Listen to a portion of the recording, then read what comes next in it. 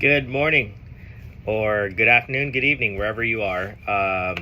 Welcome back to Restaurant Tea. Today we're going to talk about table touches.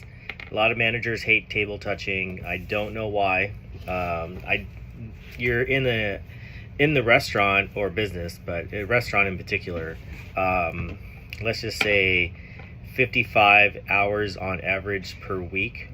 Why in the world you wouldn't want to make friends with the people that are coming in, make them family, is beyond me, right? Makes the time go by. You actually meet really good people. I have long-term friends, like really long-term friends from just, touching tables, saying hello. You see them often enough, right? Like you see your coworkers more than you see your own family most of the time. And same thing applies with the regulars. It's sad to say, but most likely you're going to see the regulars more than your own family. Like at this point, even me, like I see the regulars more often than I see my own kid.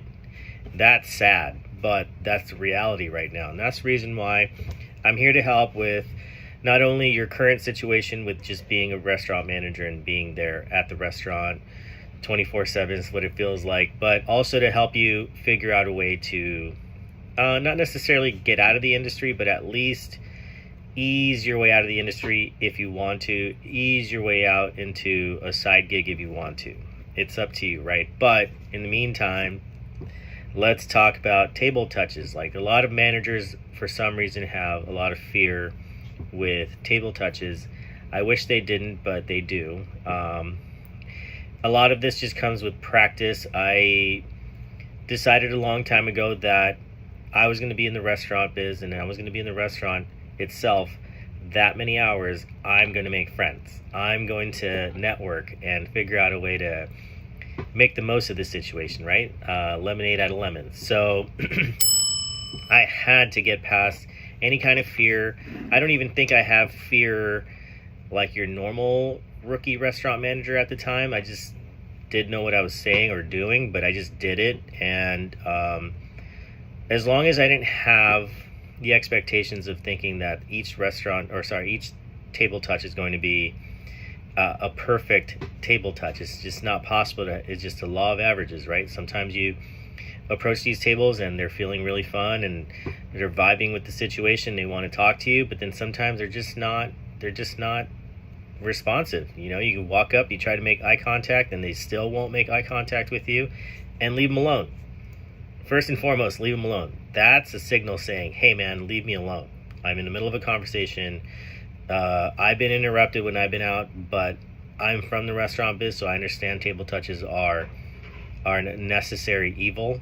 And for a lot of restaurant managers out there, another tip: go to the bar, talk to the bar regulars, go behind the bar and talk to them face to face, because when they're doing the over the shoulder talk to you, although it's good because it's an uncomfortable, the counterpoint is it's an uncomfortable situation physically, so you can exit the conversation quicker, right? You can disconnect quicker because they're at an uncomfortable angle.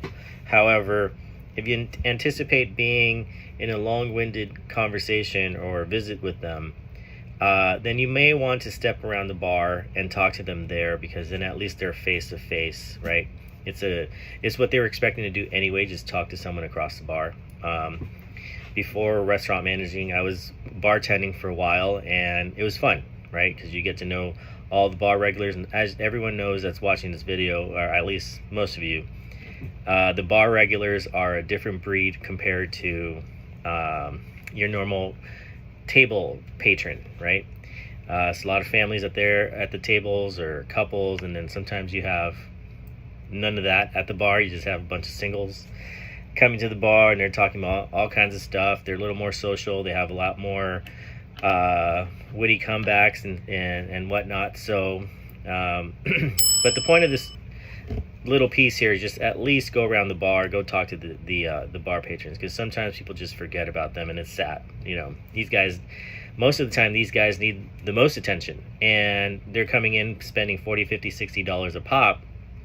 They come in 3-4 times a week sometimes. It just depends, right? So it's something that's worth your effort, right? And then In reality, if you talk to people at the bar, you're more likely to hone your skills opposed to awkwardly walking up to a table that's really not going to be that responsive. Whereas a person at the bar, they're very likely to be responsive, right? And then you can hone your skills there. You can have a little fun with them.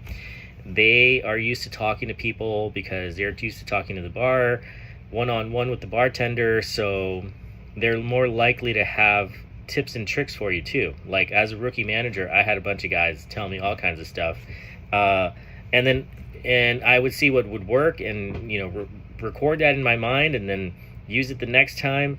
Sometimes they had like really funny jokes that you can use, clean ones, and I would just pull them out like whenever the time was appropriate. It's like this little trigger goes off in your head, and you just figure out, okay, that's a good time to bust out this amazing joke, right?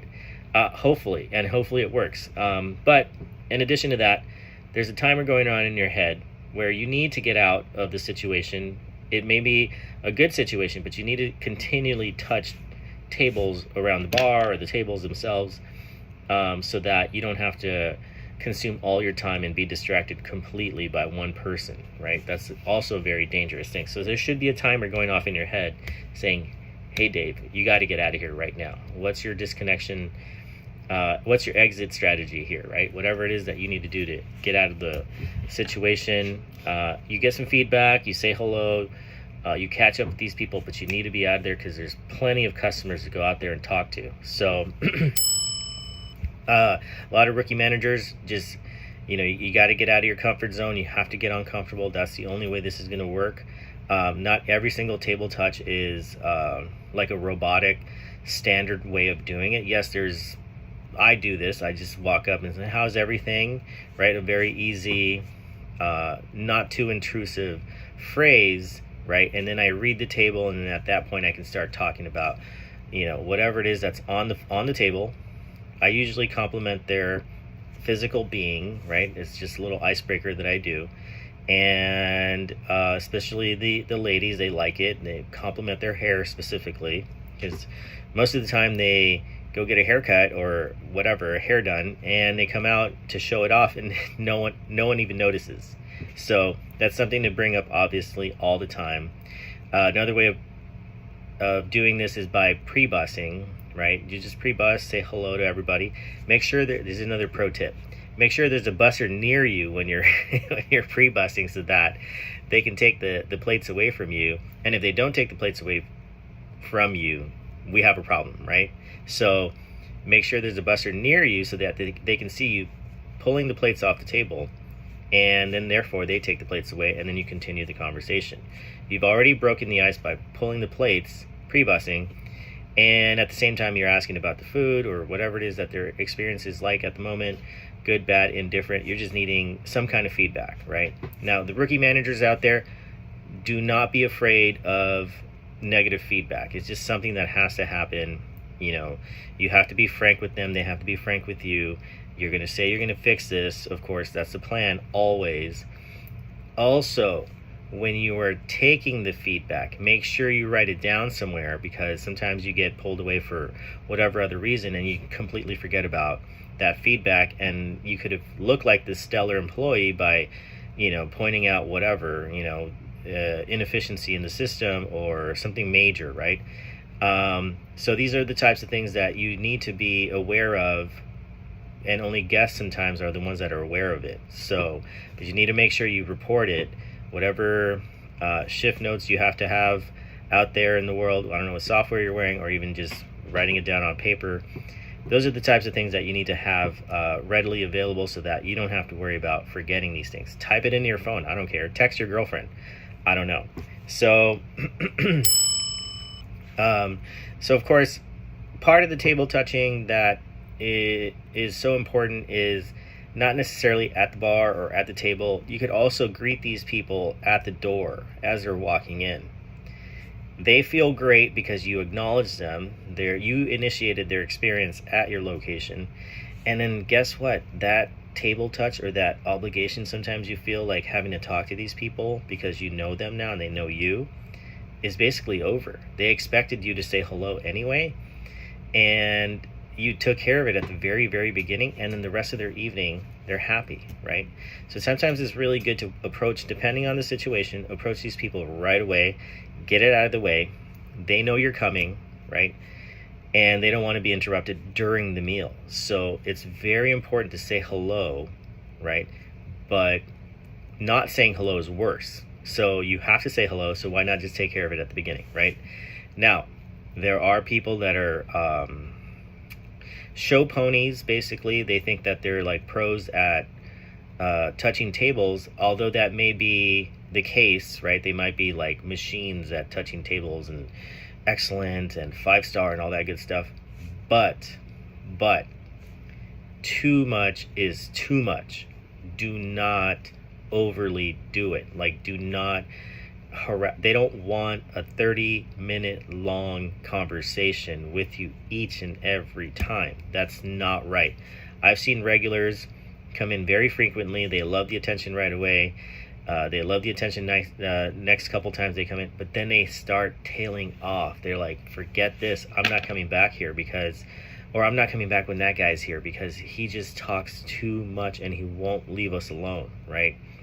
So, boys and girls, do not over table touch, meaning do not talk their ears off. It's just not right. It's not right. They're not here for you. They're here to enjoy the experience, the meal, and then get out of the way. They're not here waiting like kings and queens for the jester to come over and bore them to death. Like, it's just not, that's not what they're here for, right? So I would say, no matter what, you still have to read the table, read their facial expressions, look them in the eye. If they're not making enough eye contact with you, we have a problem, right? So therefore, not a problem, but you can tell like it's time to disconnect from the table. So just walk away. They'll accept any kind of exit. They've never, in my experience, they've never said, oh, continue talking to me when I'm not in the mood. Of course, they appreciate it when you can tell, when you're smart enough to tell that you can walk away, it's time to walk away, they will appreciate it. I'm telling you, I'm guaranteeing you, you shouldn't have this standard template where you're thinking, I have to be at the table for 5 to 10 minutes. You don't have to do any of that stuff. You just need to go make sure everything's going well. And if everything's going well, then you're doing your job, right? Not everything requires a comp. Not everything requires a discount. If they're providing feedback, it's just feedback. There's nothing else to it, right? Sometimes they'll sit there, expect you to get a comp or a discount, but is it really necessary? That's something where you have to like use your own discretion right there, because it's not something that is a very healthy practice as a manager. You should not be going around comping every single thing possible just because they're the best regulars on earth, right? Of course, they deserve a freebie every now and then. I believe in that too. But at the same time, you don't need to do it every single time. That's not the way it works, right? So I would say all your table touches are always varying at the door, at the table, at the end of the meal, pre-bussing, whatever it is. But you have to make them feel good, right? So compliment the crap out of them. I don't know how you're going to do it, but figure it out. Hair's always a good one. I don't know why, but it just works for these women. Guys, sometimes they wear like pretty cool shoes. You just look down and see they got cool shoes on, just say so, right? Or their watch, right? I'm a watch guy. You wear it for a reason, right? I wear it because I need it for work, but most guys wear it for a reason. They like the attention focused on the watch, not them. They just focus on the watch, right? So look for those little things, whatever it is. Table touching, rookies, you have to do it. Have to. I don't care what kind of fear you got going on in your own head, because it's in your own head. Guests are expecting you to visit with them anyway. So whether it's a 30-second, 3-second, 30-minute long visit, they're expecting you to be there. So do it, get used to it, start at the bar.